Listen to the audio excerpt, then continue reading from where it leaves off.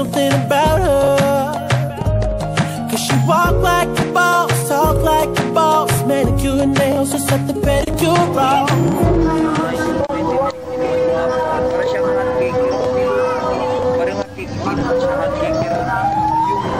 Yung pag tiningnan mo siya ng ganon, pareho lang siya. Pero pag ituloy mo yun, dilaw na dilaw. Ganon. Ito naman, iba kasi siya, hindi ko siya pwede. Kasi hindi ako marunong mag-ano ng hotcake eh, yung hotcake na ginagawa. Hindi ko alam kung ano ang ingredients na eh. Ito sa amin, pareho lang naman, pero iba ko bakit pag kinain mo, magkaiba talaga siya. Magkaiba, may kaibahan talaga.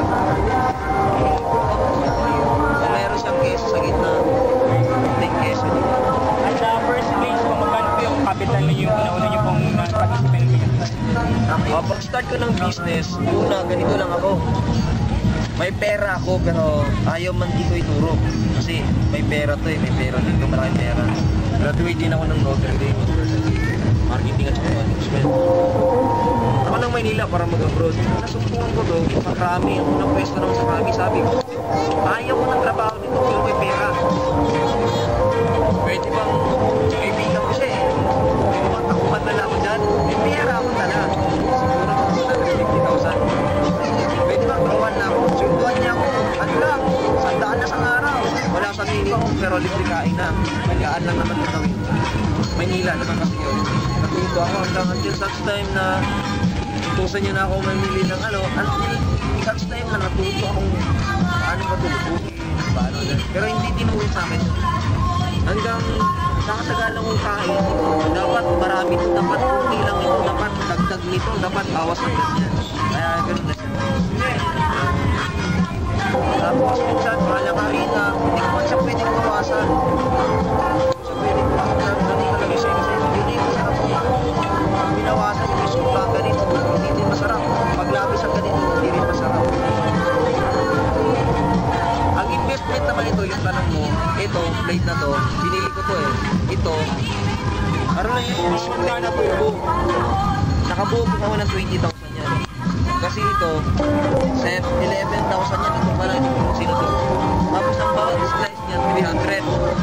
Bawat butas niyan, bawat ribor, 300. Tapos ito, 3,500. Ito lang. Ito, ilalim. Ito, mahalag ito. Kasi ito, 7,000 na plate na to.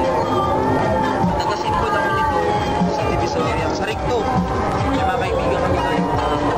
Ano kami ng Divisoria. Meron talaga sila ng mga bakal. Sigura kasi doon. Sigura doon ang pilihan. Tapos sa bakat, may dealer customer ka na nila. Doon ka talaga magpapaba. Nakaka-discount. Kaya ganun na sigura siya. Merong ibang gumagawa ng ganito. Pero hindi siya ganito. Ganyan din. Pero iba naman. Ito, binula ka na siya. Binukuhan mo siya. Tapos para siya binulis ng ganun. Iba rin yun. Pero ayaw ko ng ano kasi parang hindi natin malinis. Ito parang ganito. Wala sa atin. Di ba na ito stainless na? Ayun. Wala pa talaga. Magkano ang price ng chocolate? 6 pesos. Strawberries, 6 pesos. Ube, 6 pesos. Yun, payag po ba kayo na gagawan po namin kayo na isang malaking bahay? Yung vlog po para po mag-ano, para magiging ano po yung bibigyan yung global Maganda yun, maganda yun. Isang opportunity yun. Bakit natawa ay bali, tuturaan po namin kayo paano po gagawa ng ano, vlog. Pero alam mo, hindi ko lang naman ito bago. Hindi ko lang ito kasi ako lang meron sa yan. Dalawa lang. At saka marami na akong naisip na kung ano. Kasi pag sa eskwelahan ako, hindi kaya i-uploadin ang mga students. Kasi pag nagsaan nila 50 minutes lang, hindi ko kaya. Dapat magawa ko ng tatlong ganito na pag-tulog. Kaya ayaw rin ng mga bata na hindi na masyadong mainit. Kaya hindi ba yun? Dapat 50 piraso dito. Hindi para pagbukas mo, mainit pa. Pagbukas mo ng isa, mainit pa. Hindi yung pagbukas mo, sisingaw lahat yun. Ilang piraso yun. Dapat magkakaiba. Mainit siya lang. Hindi siya sabay ko sa'yo. Ganun. Tapos yung vlog naman na sinasabi ko. Para globally sabi ko sa'yo, marami nang East-American. Basa na to sa Manila eh. Bago ko pumunta doon, 10 years na to. Kaya lang, di ko wala akong interest. Di pa nila nakita yung pakita to eh. Pero kailangan ko wala pera eh. So, ilabas ko nga ito, kahit yun lang. Nagtanong ang EB7 sa akin eh. Kasi si Al Santos, gusto ko yung kilala niyo yung reporter ng EB7, si Al Santos. Nagtanong siya doon sa akin kasi titinda kami ng simbang kami doon. Marami nag-interest ng mga bata, mga parents. Nagtanong siya, schedule siya ng interview sa akin para sa siguro sa New Year siguro. Tapos ay bago rin sa kanyang panini. Hindi niya alam, marami yan sa pamilya. Marami itong kada to. Sa Krami, ang unang pwesto namin dito sa Krami. Mga polis, general, order yan. 100 pesos, 100 pieces, malaki presyo, 300 pieces. Ganon sa meat. Kaya anong waiting? Paid siya ng, bibili ka na ng first class na half flour, tapos margarine, tapos meron baking powder, tapos fresh milk.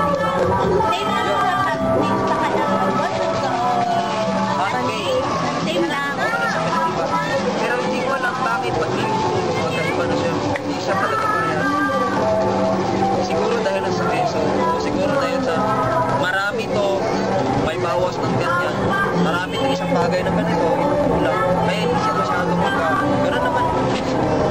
Yan ang Pareho Japan. silang bakery, pareho silang tinapay na pareho ang pangalan, Spanish bread. Pero pag iba lasa doon. Iba lasa. Diba?